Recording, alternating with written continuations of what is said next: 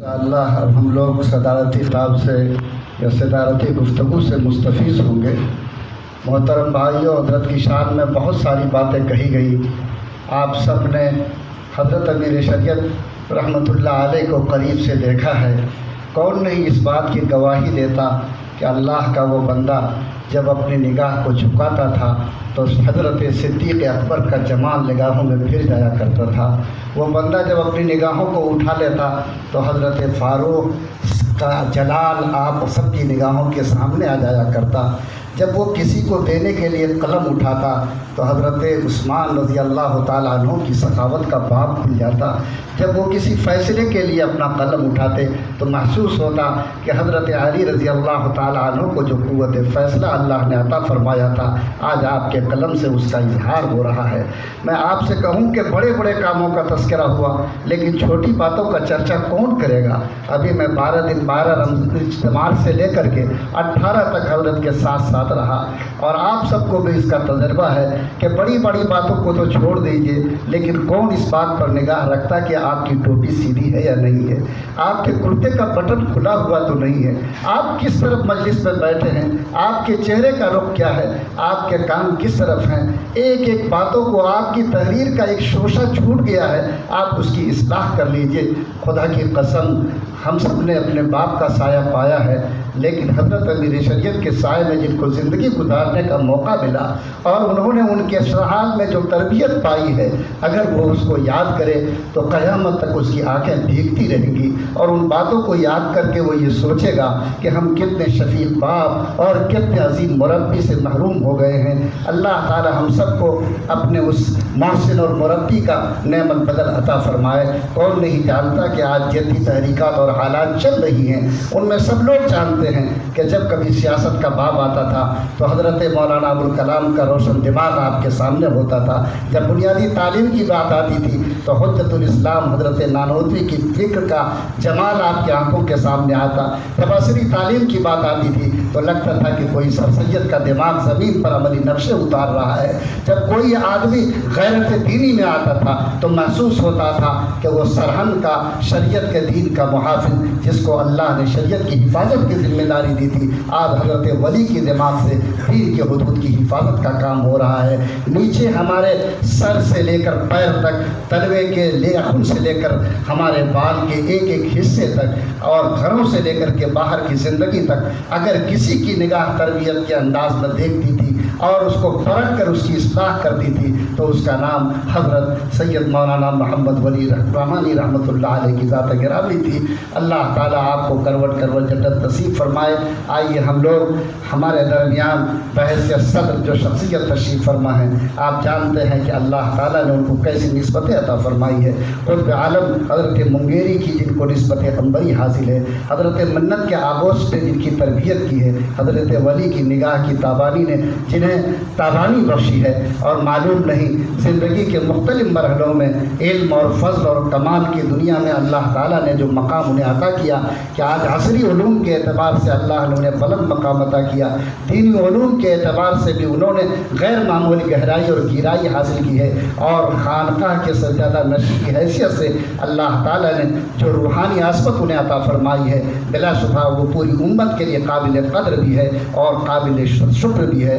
میں نہایت ہی احترام کے ساتھ، ادب کے ساتھ خانقاہ رحمانی منگیر کے سجادہ نشین حضرت امیر شریعت دامت برکاتہم کے بڑے صاحبزادے محترم اور آج ہمارا شریعہ کے مختلف اس آج کی مبارک مجلس میں تشریف لائے اور صدر کی حیثیت سے تشریف فرما حضرت مولانا سید ولی فیض احمد ولی فیصل رحمانی مدرس اللہ کو نہایت ہی ادب اور احترام کے ساتھ دعوت دیتا ہوں کہ آپ تشریف لائیں، اور آپ کی زبان مبارک جو بلا شبہ ہم سب سے زیادہ آج غم میں ڈوبی ہوئی ہے، آپ کی مبارک زبان سے ہم لوگ کچھ سنے بھی اور ایسی نصیحت پائیں کہ حضرت کے جانے کے بعد وہ ہمارے لیے سامان تسلی ہو۔ حضرت صدر محترم۔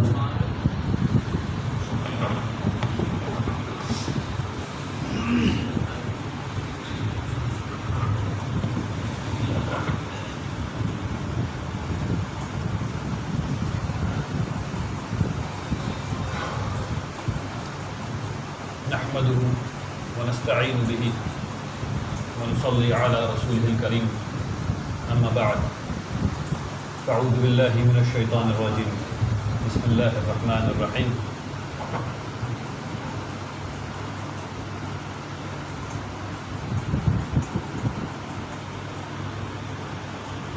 جناب نائب امیر شریف صاحب،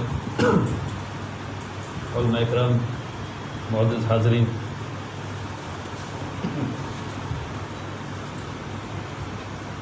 عجیب موقع ہے۔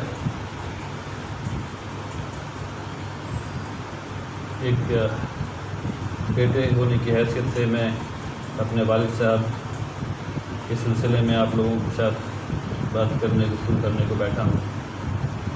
بہت ہی عجیب سی بات ہے کہ اس سلسلے میں ان کی بات ہو رہی ہے۔ ہم سب غمزدہ ہیں، یہ بالکل صحیح ہے کہ آپ بھی بہت غمزدہ ہیں۔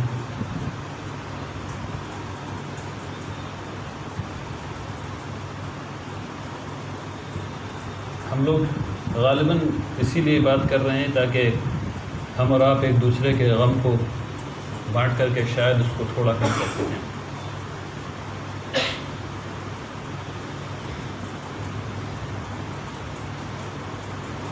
چند باتیں سمجھ میں آتی ہیں۔ ایک تو اللہ پر توکل، پھر دوسرا شکر اور تیسرا صبر۔ یہی تین چیز ہے جو ہمیں اس حال سے نکالنے میں شاید مدد کرے، شاید نہیں، یقیناً مدد کرے، یقیناً مدد کرے۔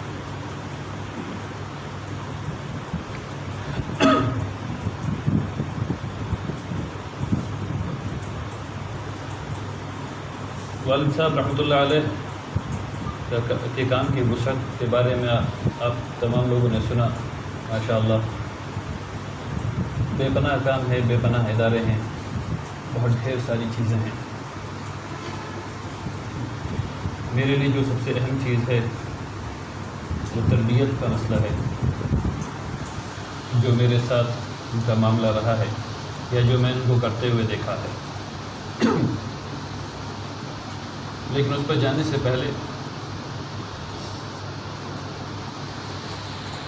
میں اس جذبہ محرکہ کے بارے میں دو بات کہنا چاہتا ہوں، جس کی وجہ سے وہ اس قدر صبح اور شام لگے رہتے تھے۔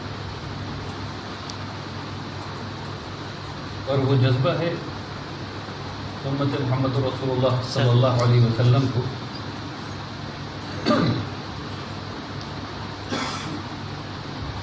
یعنی اس امت کو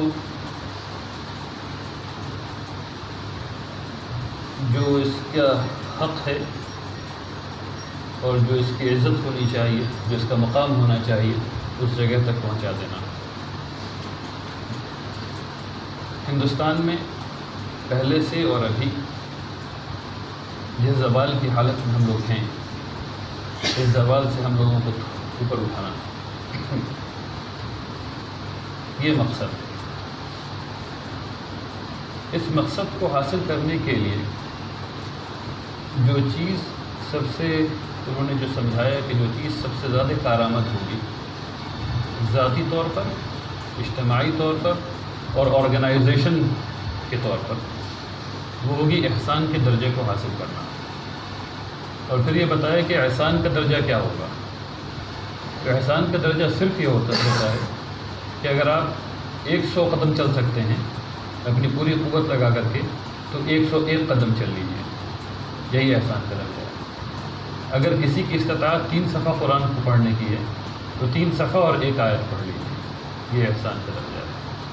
ہر آدمی اپنی استطاعت کے مطابق جو زیادہ سے زیادہ کر سکتا ہے وہاں سے تھوڑا آگے کرنے کی کوشش کرے، اور اگر وہ ہو جائے، اگر یہ کام ذاتی طور پہ ہم لوگ کر لیں، اگر یہ کام اجتماعی طور پہ ہم لوگ کر لیں، اور یہ کام اگر ہم لوگ آرگنائزیشن کے طور پہ کر لیں، تو ہم لوگ اس مقام تک پہنچ سکتے ہیں جو ہم لوگوں نے کھو دیا ہے۔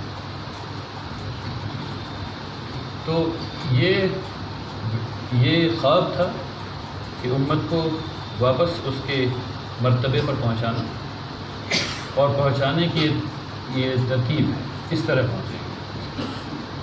اب اس کے اندر بہت ڈھیر سارے ادارے ہیں. ہمارے شریعہ ہے، اور ہمارے شریعہ جس مقام پر آج ہے ماشاء اللہ ماشاء اللہ، اس کو وہ بہت آگے لے جانا چاہتے تھے.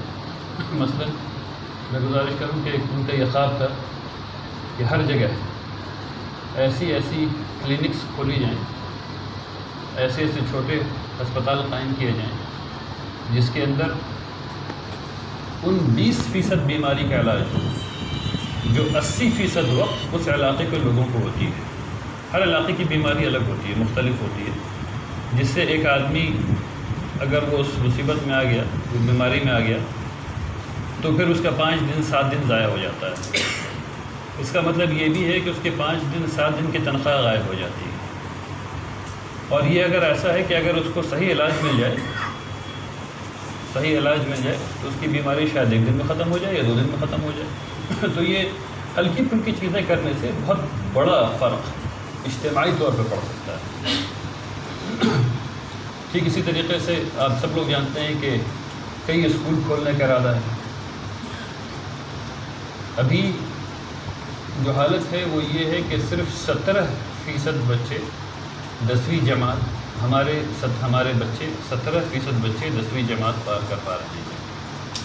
صرف 17% بچے، یعنی کہ 100 بچہ جب داخلہ لیتا ہے تو 83 بچہ 10ویں جماعت کے اوپر نہیں جا پا رہا ہے ہمارا.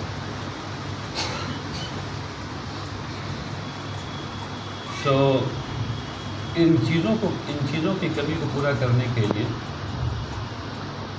دارالقدر کو بڑھانا، اسکول کو بڑھانا، ہیلتھ کیئر کو بڑھانا، یہ تمام چیزیں ہیں جو اس خواب کو پورا کرنے کی طرف لے جاتی ہیں. اسی سلسلے میں احسان کا ایک بہت اچھا نمونہ رحمانی 30 بھی ہے، جس کے بارے میں مولانا نے بہت تفصیل سے بتایا. اس میں ایک چیز میں صرف جوڑنا چاہتا ہوں تاکہ اس کی جو کامیابی ہے وہ آپ کے ذہن میں آ جائے. جو انجینئرنگ کا امتحان ہوتا ہے اس میں تقریباً ہر ایک امتحان میں 12 لاکھ بچے بیٹھتے ہیں. 12 لاکھ بچے بیٹھتے ہیں، جس میں سے 11,000 چنے جاتے ہیں. 12 لاکھ میں 11,000 چنے جاتے ہیں. اس کو اگر آپ تقسیم کر لیں تو آپ کو پتہ چلے گا کہ وہ ہے یعنی 0.0002%. کامیابی بے پناہ مشکل ہے، اس میں بے پناہ مشکل ہے. اور اس میں ہر سال حضرت کی دعا سے اور پوری ٹیم کی محنت سے 35% سے زیادہ بچے IIT کے امتحان کو ہر سال میں کامیاب ہوتے ہیں. ان سب چیزوں میں ایک چیز جس کا ذکر چھوٹ رہا ہے، جو میں چاہتا ہوں کہ ہم لوگ نہ چھوڑیں اس کو، وہ ہے واپس عربی کی طرف لوٹنا، واپس قرآن کی طرف لوٹنا. یہ ایک بہت اہم خواب تھا حضرت کا، جو ہم لوگ جامعہ رحمانی میں ایک شعبے کو بنا کر کے اس میں کر رہے ہیں، اور انشاءاللہ پھر بعد میں اور جگہوں پر کریں گے.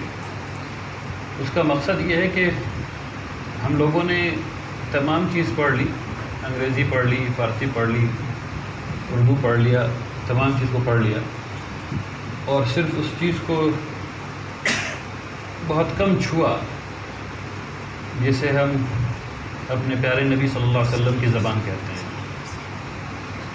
ہم لوگ سب لوگ یہ چاہتے ہیں، یہ سمجھتے ہیں کہ ہم لوگ رسول اللہ صلی اللہ علیہ وسلم کو سمجھیں، اللہ کے کلام کو سمجھیں، اور عربی کو خود سے بہت دور رکھتے ہیں، قرآن کو خود سے بہت دور رکھتے ہیں، یعنی کہ اس کے معمولی مطالب اور معانی کو بھی اپنے سے قریب نہیں آنے دیتے ہیں. تو حضرت کا ایک خواب تھا وہ یہ تھا کہ تمام تعلیم، خاص کر کے جو مدارس میں ہو رہی ہے، اس کا جو میڈیم آف انسٹرکشن ہے، یعنی تعلیم تدریسی زبان، وہ عربی کی ہو جائے. یعنی ہم لوگ بچوں کی استعداد کو شروع سے ایسا کریں کہ وہ عربی میں ہو جائے. یہ تمام خواب ہیں جو انشاءاللہ آپ کے تعاون سے پورا کیا جائے گا بإذن اللہ تعالی. چاہے وہ ہمارے شریعہ کو آگے بڑھانا ہو، اس کے تمام شعبے کو آگے بڑھانا ہو، یا رحمانی 30 کو آگے بڑھانا ہو، یا پھر خانقاہ رحمانی کو آگے بڑھانا ہو، جامع رحمانی کو آگے بڑھانا ہو، یا پھر مدرسین کی تعلیم کا انتظام کرنا، یعنی کہ تعلیم کس طرح دی جائے اس کا انتظام کرنا. اور یہ سب سے اہم امر ہے جس کی طرف حضرت نے بہت زیادہ نگاہ کی اپنے آخر دور میں، کہ کس طرح سے ہم لوگ اپنے وہ لوگ جو پڑھا رہے ہیں، چاہے وہ اسکولوں میں پڑھا رہے ہوں، یعنی کہ کسی بھی CBSE اسکول میں پڑھا رہے ہوں، یا مدرسین جو مختلف مدارس میں پڑھا رہے ہوں، ان کی تدریس کی تربیت کیسے کی جاتی ہے اس کا انتظام کیا جائے. یعنی ایک مکمل مستقل علم ہے، اس کا کیا کیا انتظام کیا جائے اور کیسے مؤثر اساتذہ پیدا کیے جائیں. یہ سارا کام ہے جو کرنے والا ہے. انشاءاللہ اگر آپ لوگوں کا ساتھ رہا تو ان سب کام کو ہم لوگ مل کر کے انجام دیں گے باذن اللہ تعالیٰ. مجھے احساس ہے کہ آپ لوگ بہت وقت سے یہاں بیٹھے ہوئے ہیں اور ان چیزوں کے بارے میں ہم لوگ گفتگو کر رہے ہیں.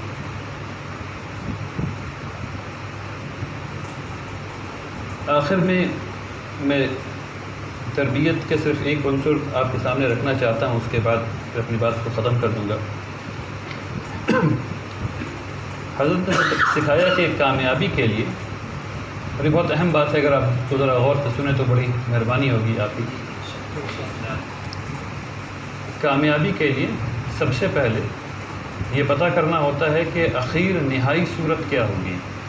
جب آپ کامیاب ہو جائیں گے تو وہ کامیابی کیسے دکھے گی. اگر اس کو کسی خریدے پر رکھ کر کے دیکھیں یا میپ پر رکھ کر کے دیکھیں تو آپ سب نے میپ دیکھا اور آپ کو سب کو پتہ ہے کہ دلی یہاں ہے. آپ سب کو پتہ ہے کہ دلی کہاں ہے نا؟ دلی یہاں ہے. تو سب سے پہلے پتہ کرنا ہوتا ہے کہ دلی کہاں ہے. آپ کی دلی کیسی دکھتی ہے، آپ کی دلی کیسی دکھتی ہے. پھر یہ پتہ کرنا ہوتا ہے کہ راستہ کیا ہے وہاں تک جانے کا. یعنی آپ کو ٹرین سے جانا ہے یا بس سے جانا ہے، ہوائی جہاز سے جانا ہے، آپ کے پاس کیا وسائل ہیں. اس وسائل کے حساب سے آپ کو طے کرنا ہوتا ہے کہ آپ وہاں تک پہنچ پا رہے ہیں یا نہیں پہنچ پا رہے ہیں. پھر یہ پتہ کرنا ہوتا ہے کہ وہاں تک جب آپ پہنچیں گے تو آپ کو یہ کیسے پتہ ہوگا کہ آپ صحیح راستے پر جا رہے ہیں. یہ کیسے پتہ ہوگا؟ تو آپ کو یہ پتہ ہونا چاہیے کہ اگر آپ ٹرین سے جا رہے ہیں تو راستے میں مغل سرائے بھی آئے گا. اگر آپ ٹرین پہ چلتے جا رہے ہیں اور 2 دن ہو گئے ہیں اور مغل سرائے نہیں آیا ہے تو آپ غلط جا رہے ہیں. آپ کو اتر کر کے دوسری ٹرین سے واپس آنا ہوگا اور پھر جانا ہوگا. تو آپ کو پتہ ہونا چاہیے کہ معالم کیا ہیں، آپ کس چیز کو دیکھیں گے. اور جب یہ بات ہو جائے، جب یہ بھی پتہ ہو جائے، تب پھر اس کے بعد یہ پتہ کرنا ہوگا کہ آپ خرگوش ہیں یا کچھوا ہیں. خرگوش ہیں تو آپ دوڑیں گے اور پھر سو جائیں گے اور بھول جائیں گے. کچھوا ہے تو 150 سال تک چلتے رہیں گے. لیکن حضرت صاحب نے یہ بھی کہا کہ کیا یہ ضروری ہے کہ کچھوا ہی چلے، کیا خرگوش نہیں چل سکتا؟ کیا یہ عزم نہیں کیا جا سکتا کہ ہم خرگوش بھی ہوں اور دوڑتے رہیں؟ کس نے لکھ دیا ہے کہ کچھوا ہی صرف چلے گا اور نہیں دوڑے گا؟ تو ایک بات تو یہ ہو گئی. پھر اس کے بعد یہ سارا کام ہو گیا. ابھی تک جتنا کام میں نے آپ کے سامنے رکھا ہے یہ سارا کام پلاننگ کا ہے.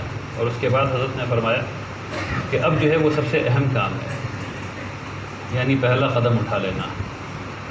یہ سارا کام کر کے اکثر لوگ بیٹھ جاتے ہیں، پہلا قدم نہیں اٹھاتے ہیں. اب اس کو اٹھا لینا اور اس کے بعد اس میں ارتقاء پیدا کرتے رہنا اور یہ دیکھتے رہنا کہ وہاں اس کے بعد اور اس کے بعد اور اس کے بعد اور اس کے بعد. حضرت کی یہ نصیحت مجھے یاد رہے گی انشاءاللہ. میں چاہتا ہوں کہ اگر آپ کو بھی یاد رہے، چاہے کوئی بھی کام کر رہے ہیں، اگر اس پروسیس کو فالو کیا جائے تو بہت بڑی کامیابی مل سکتی ہے باذن اللہ تعالی. اسی کے ساتھ میں اپنی بات کو ختم کرنا چاہتا ہوں. میں آخر میں اللہ تبارک تعالیٰ سے دعا گو ہوں کہ اللہ تبارک تعالیٰ والد محترم رحمۃ اللہ علیہ کو کے مراحل کو آسان فرمائے. اللہ تبارک تعالیٰ ان کے درجات کو بلند